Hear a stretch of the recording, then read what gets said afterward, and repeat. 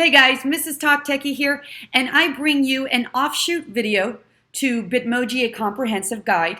Now, yesterday I just finished recording the digital Bitmoji stickers video, and in it I talked about this class app resource that I see a lot of people creating and using, especially on social media. I see it everywhere, and it's an amazing tool once it's created. So if you're creating all these virtual classrooms, but you need a place to put them, then you can create this kind of class app, right? This hub where you're going to store all the links and you just send one link out to your parents. Now, I already did something similar like this on Google Sites.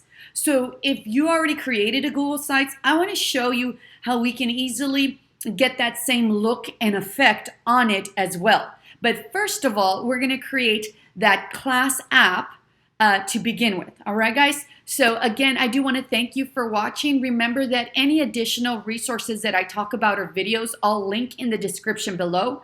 In addition to that, if you guys do subscribe, make sure that you do hit the bell so that you can get notified every time I upload new content. Don't forget to give me a like, guys, because that is my affirmation of performance. And feel free to comment below, especially if you're working on something and maybe I didn't clarify enough or you need some clarification. Feel free to reach out to me. I always do my best to respond in a timely manner, and I'm more than willing to help. So thanks, guys, and let's get started. Rewind. So first of all, yes, I relocated because now it's hours later. My boys are awake. I cannot be in my kitchen anymore. So, and here's the other thing. While in that couple of hours time span, I was thinking about the whole process of teaching you how to create that class app. And then I started thinking of the logistics of it. And so I started to think about some teachers and how they already have classrooms set up and what would be the best version for them. So I created, within those hours, I created 3 different versions of class apps. So it's now we're talking about pick your class app. Hopefully by the end of this, I'll have those timestamps and you'll be able to decide what is the best app for you to try to recreate or customize for your instruction. So class app number 1, the first thing I want you guys to know for number 1 is it's a self-sustaining, basically, website. Everything you need is going to be created within that one slides presentation. The beauty about it is that it looks and acts like an app. So whenever you click on one of the buttons there, it's going to take you to another page within that slides presentation. You're going to link a home button. It's going to take you back home to this main page. So that's the beauty. That's the biggest selling point. Now, what's the con when it comes to kind of slides presentation is that if you've already created multiple virtual classrooms, they're probably landscape mode. You cannot grab a copy of that and stick it in here because it won't allow you to do like portrait, landscape. It won't allow you to mix and match like that. So that's the drawback. So that is option number 1. You would have to create it from scratch, all right? It would be done from scratch, but the good thing would be it would all be in one slides presentation. Number 2, version number 2 is, I think, a better option if you've already started creating your virtual classrooms or if you want your virtual classrooms to be landscape mode like that. So notice on number 2, I showed you that you can have virtual classrooms and link them to that one slides presentation. So that means my virtual classroom that I have, I'll get the preview mode and I'll link that sticker to it. So when they click on it, it's going to take them to that slides presentation. Now, the biggest turnoff is you're thinking, I'm leaving that slides presentation. How are my kids going to get back? Not a problem. Let me show you how easy it is. This is the edit mode for number 2 that I'm showing you. The edit mode is just one slide presentation. That's all you need. This is the only one you're working with.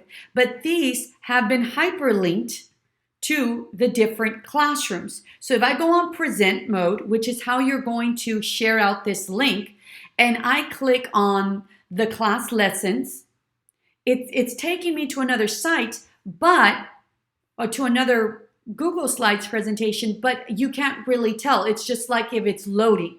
And now here I am, and I can go through these, and my links still work, go home, and now I'm back home. But if I want to go back to the class app, I've created a sticker that says back home to class app. So now all I have to do is, this one is hyperlinked to this one, all right? To this one right here.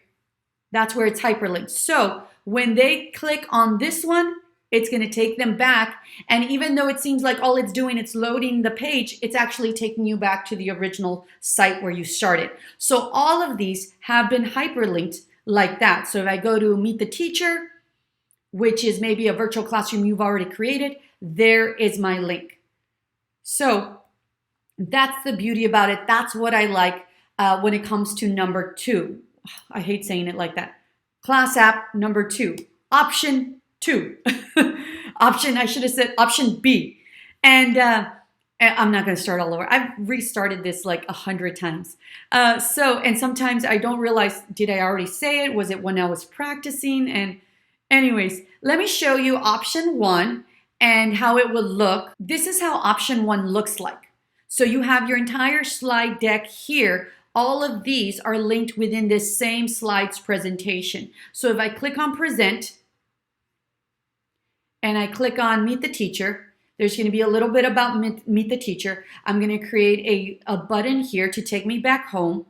If I go to Parent Connection, and this is all mock, guys. I will give you a copy of all this, but remember, nothing really is, this says 2018. So it's all mock presentations for the purposes of this tutorial. So I'm going to go back home. And so virtual library, like I said, it's all mock. Nothing's hyperlinked here. But that's how this one would work. So pros and cons for number 1 versus 2. If you already have your virtual classrooms, do not work harder, guys. Let's work smarter and let's just hyperlink them here. And it won't, the only thing you're going to have to, the only extra work you're going to have to do is create a button to add to each one of those virtual classrooms you already have.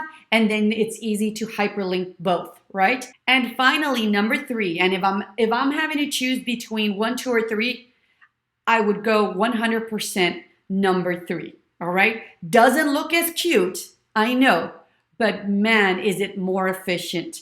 So it is Google Sites, and you will, if you have all your virtual classrooms already created in different slides presentations, not a problem. They will be added in there and they're live. That means whatever changes you make, it's going to automatically update on your Google site. That is literally a website.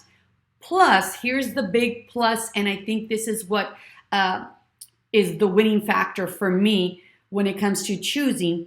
I will choose number 3 because I can always add more buttons to my Google site without a lot of trouble. So let's say I create another virtual classroom that I want to add. Literally, I just add that button and you'll see how easy that is. But if you take a look at number 1 and number 2, I've run out of space. If I want to add more, I'd have to recreate that entire slide, that entire first slide. If you're adding a lot of creativity to it, like whether it be a sticker or drop shadows and dimension and word art, it does take some time. So I would always go 100% to number 3. Plus, it is a website. It really is a website. So you have your navigation bar on the top left-hand corner. You go to one page, you have that to be able to go back to your original home page. You don't have to be creating those links. I hope that's a little clear. And once you decide which one is the one you want to look at, then go ahead and jump to that timestamp.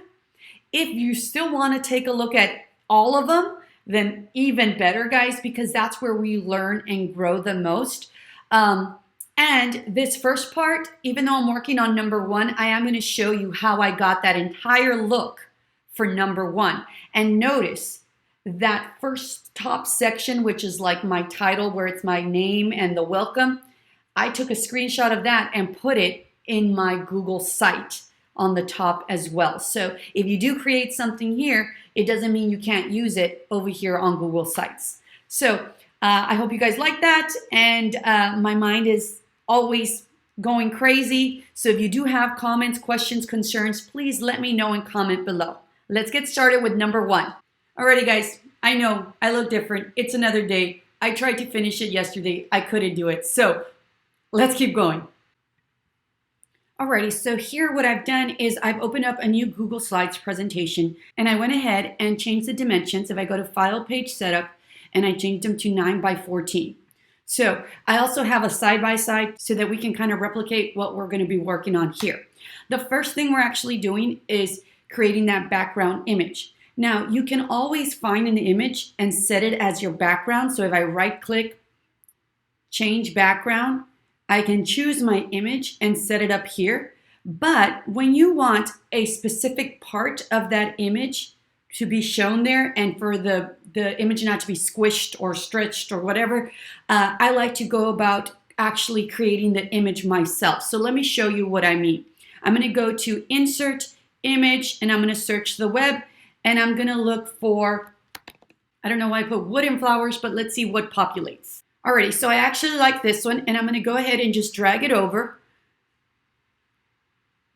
And now I have that image. Mind you, it doesn't fit well, and I want a specific part of that image to be showing. If you notice here, I got part of that image of the flowers. It was actually a larger image. So what I'm going to have to do is I'm going to have to stretch this out and fit it to how I want it to look. So I'm going to pull on the corners here.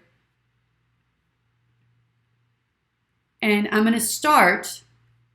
If you double click, you can crop it. So just bear with me, guys. I know this might seem a little tedious, but once you get the hang of it, it just becomes so easy to do this, and you get the look you actually want. So here, I'm starting to do this. Let's see. I'm going to get rid of that. Notice I need to make it a little more narrow, and there it fits. But I still have some space, so guess what I have to do? I have to pull the corners again, make it a little larger.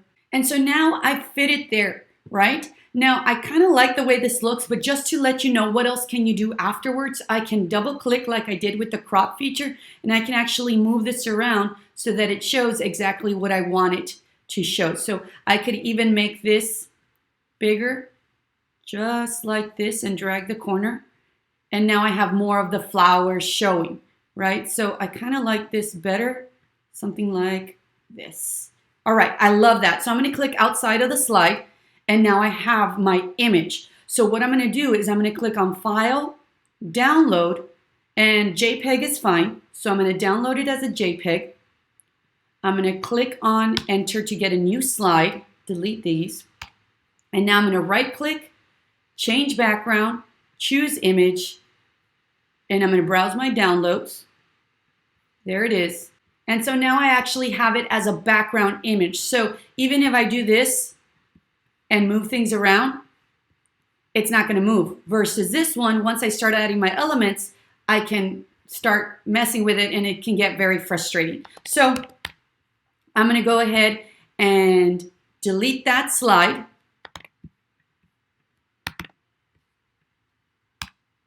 And now we have our background image here. So now we're going to try to replicate this one that we have here. We might change the colors up.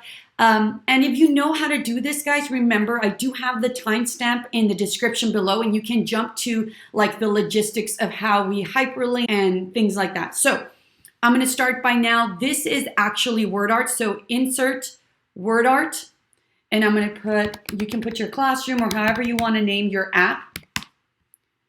And you mess with your font. And this is what really takes the longest because, you know, you want it beautiful and perfect, right? And you want the perfect font.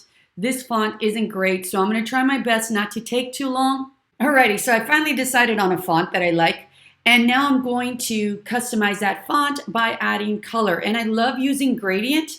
So I'm going to go to gradient, and I'm going to try to kind of match the theme that I have going on. We'll see how it works. So I'm going to go to custom, and here under custom, when it comes to gradient, you have two colors, the left hand side and the right hand side color. I know that I've selected this one because it has like a blue little outline. So I'm going to choose like a pink kind of color, and now I selected on that other end, and I'm going to go with like white, and let's see how that looks. So now we're good right there. I want a nice drop shadow. So format options, drop shadow.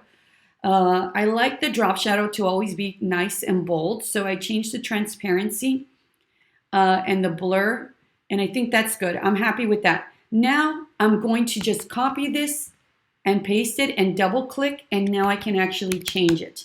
So remember that copy and paste is Control C, Control V. And I'm gonna make that kind of like a cursive type font. And now I can mess with all of this. Now the beauty about working with word art versus regular text is that you can actually do what I just did right now. If you wanted to take up more space, you can actually do this, and it stretches it out, make it bigger, and not be confined to just the points, right? The size of it. So I kind of like that. So I'm good with that. And now we're going to create this little welcome section here. So I'm going to go to shapes, and I'm going to grab a rectangle, and I'm going to drag it this way. And now I'm going to color it, and I think I want a darker pink, similar to the one I just used. I like that. And I'm not going to add a border, so I'm going to make it transparent.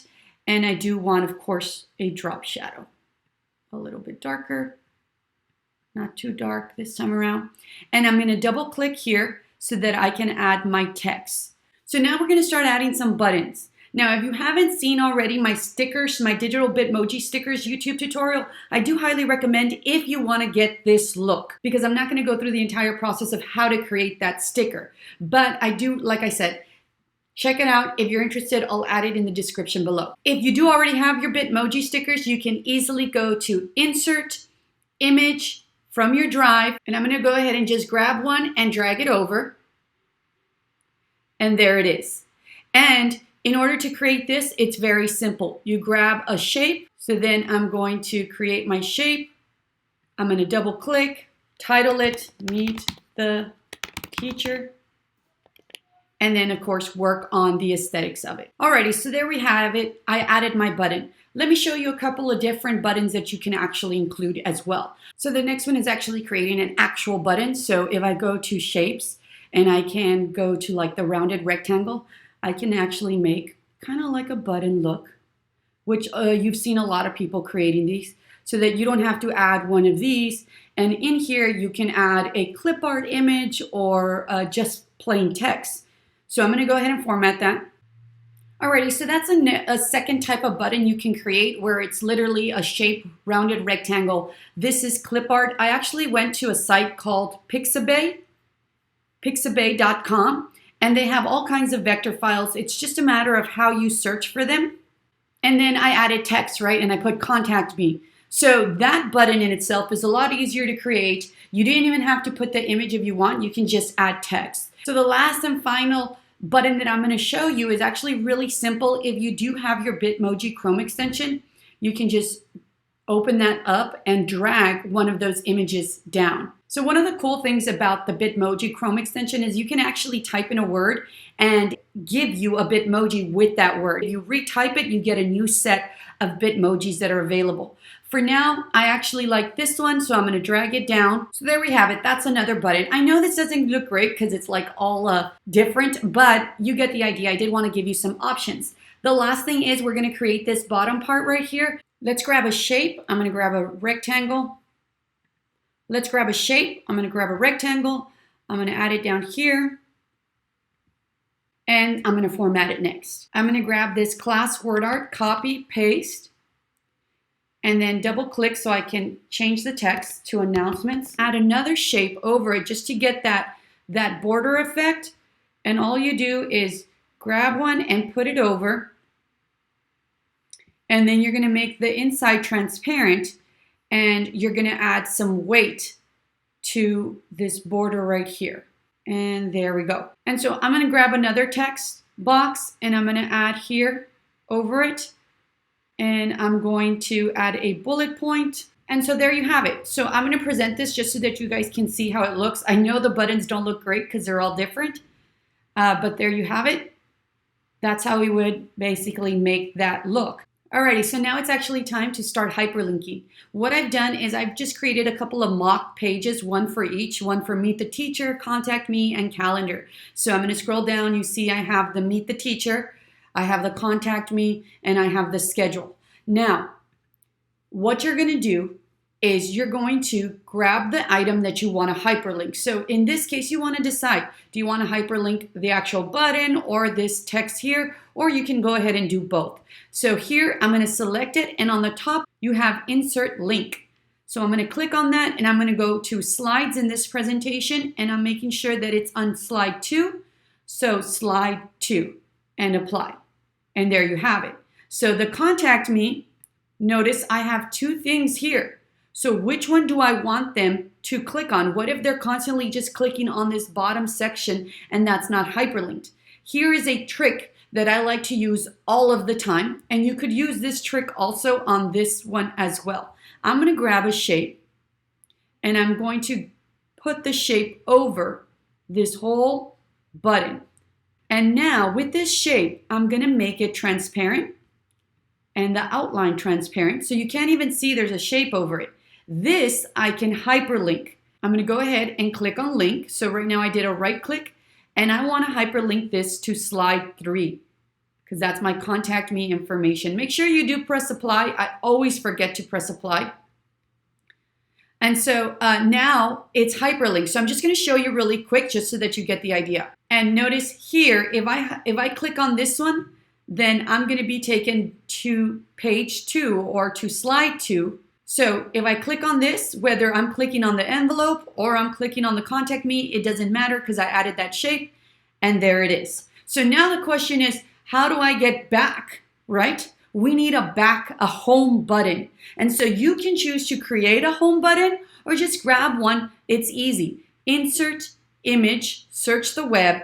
I'm going to type out home button, and let's see what comes out. And so now you have all these. You can choose from them. You can click on like house or something like that. I'm going to choose this one because it looks like an actual little button. And so now I have my button there. I'm going to want to hyperlink this to slide 1. So here's a shortcut you can use. Once you click on it, Control K gets you to the hyperlink, or you can easily click on it, go up here. And now slides in this presentation, I want it in slide 1, apply. Now, all I have to do is click on this, and if I want it in the same section, in the same part all the time, I just go to my next slide, Control V, and it's hyperlinked, Control V. So always do one, hyperlink it, copy it, and then paste it to all your subsequent slides. And so now the entire thing is hyperlinked. So I'm going to go to Meet the Teacher. There I am. Let's go back. Contact Me. Let's go back. Calendar. Let's go back. And it's all there. One self-sustaining site. All right, guys? So now that that's done, now let's move on to the second version. To if you already have your classroom set up, how we can hyperlink them to these buttons where you only create one page. Let's check that out. Alrighty, guys. So for option 2, it means that you have all your virtual classrooms already done, and what you want to do is hyperlink them here. So when we talk about hyperlinking them here, you want them to be hyperlinked under preview mode. So I'm going to show you how to do that. This is one of my virtual classrooms, and I want to hyperlink this one under preview mode. If you haven't seen one of my newsletters, I do talk about 𝙎𝙐𝙽𝙎𝘽𝙎𝘽, and 𝙎𝙎𝙽𝙎𝘽 is an extension. I'm going to show you here. And I love this extension. It makes things so much easier.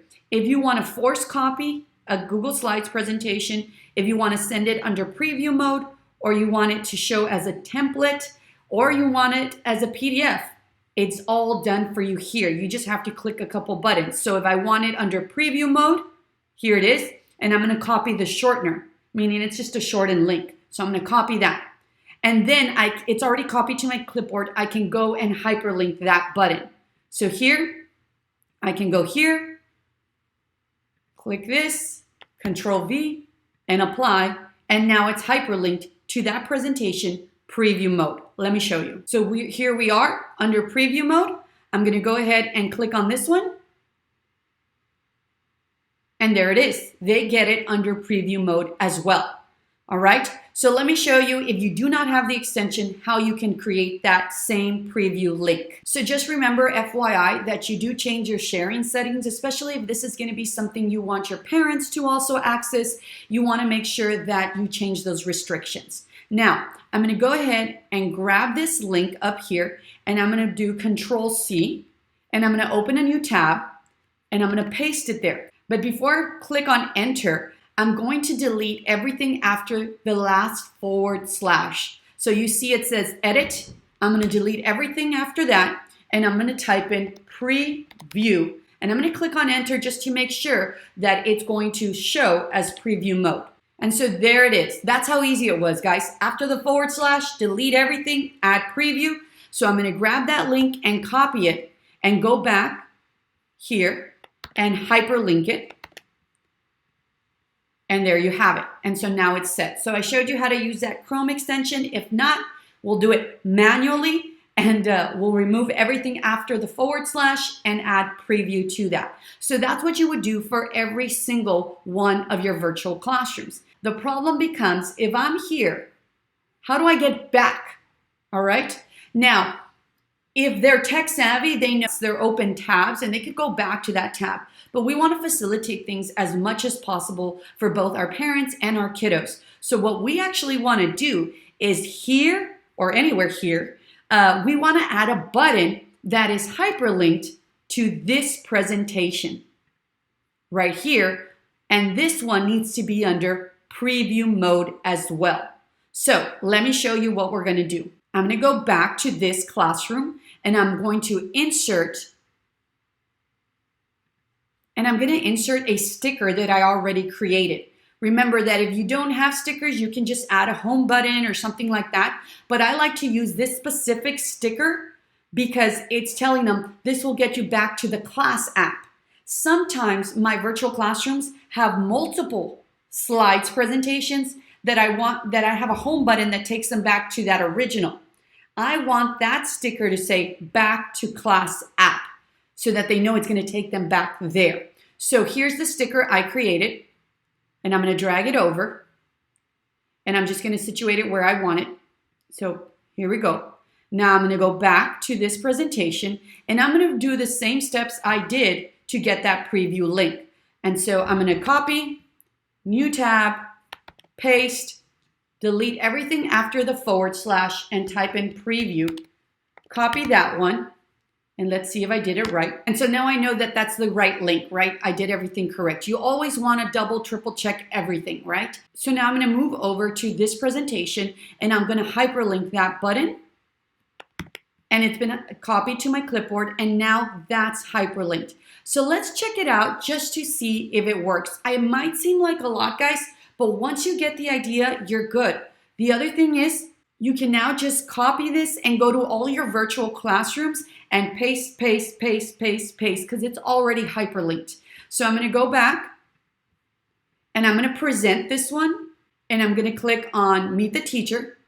And even though it's taking me to a whole nother tab, it just looks like it's loading, like if the app is loading. And now I'm here, and I can actually go back home.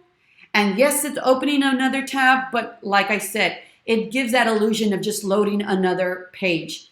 So there you have it. That's how you hyperlink your classrooms, your already pre-made classrooms, to this one slide deck. Let's go ahead and move on to how to create that Google Sites. So this last option is actually my favorite. I know I mentioned that earlier because it really is a website.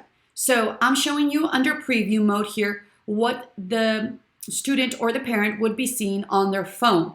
Yes, it doesn't look as cute, guys. I understand that, but it does make things so much easier, and you're able to work more efficiently when it comes to that. It saves a lot of extra steps, at least in my opinion.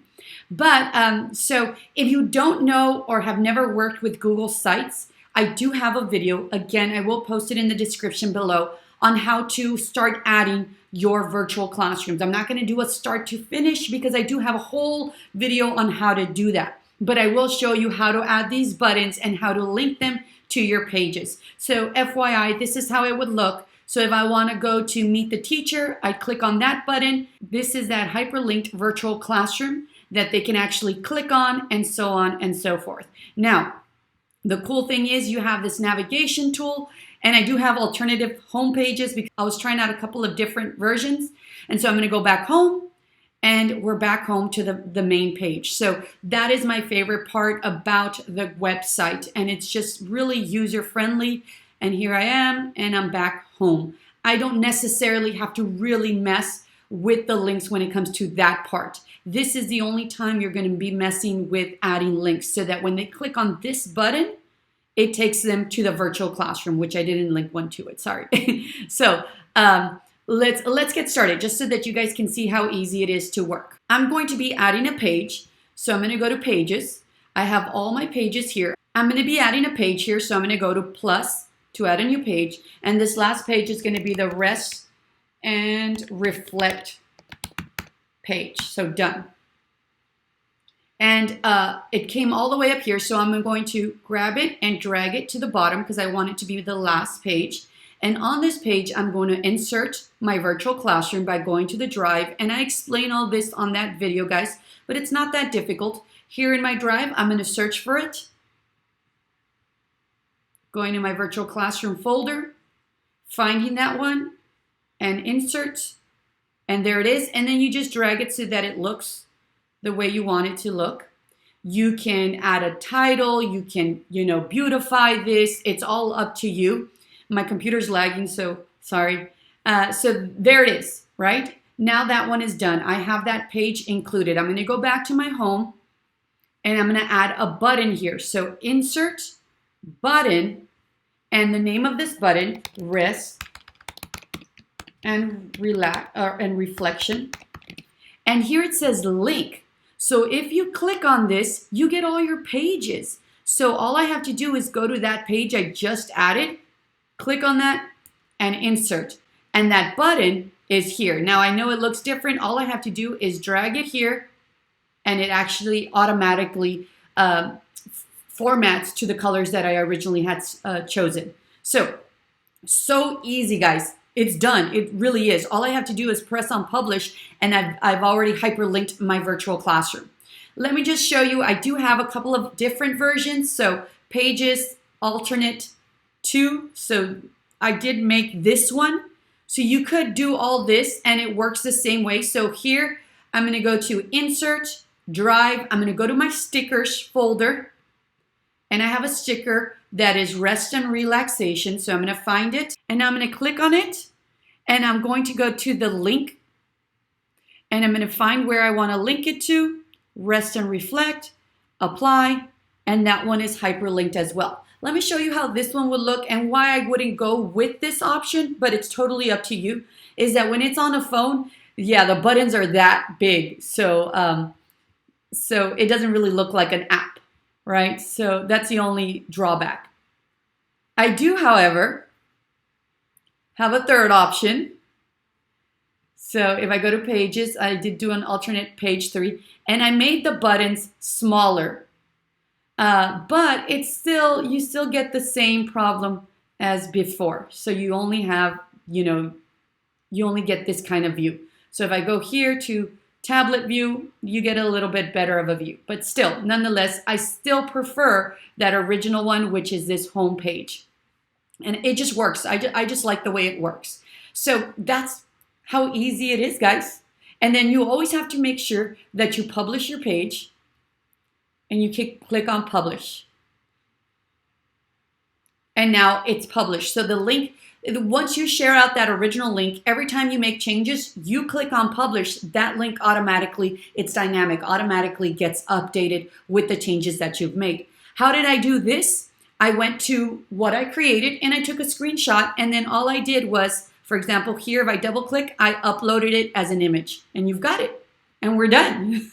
How easy was that? I love Google Sites. So again, if that's something that you want to do, take a look at that video that I will hyperlink in the description below. Let me know what you think. I hope you guys enjoyed this. This was a fairly long video for myself. It just felt like I never finished, and I kept getting roadblocks, and the internet would go down, and my boys would get out of hand. And if you don't know, I do have 4 boys. I have triplet 8-year-olds and a 5-year-old. and all boys. So, and it is summer. So anyways, thank you guys. I do appreciate you guys taking the time to watch. And I truly appreciate that you take the time to comment, to like, to subscribe, to reach out to me if you have any questions, comments, concerns, or need help with anything that you do have. If I don't know the answer, we'll work it out and we'll figure it out. Thank you. Have a good one, and we'll see you guys next time.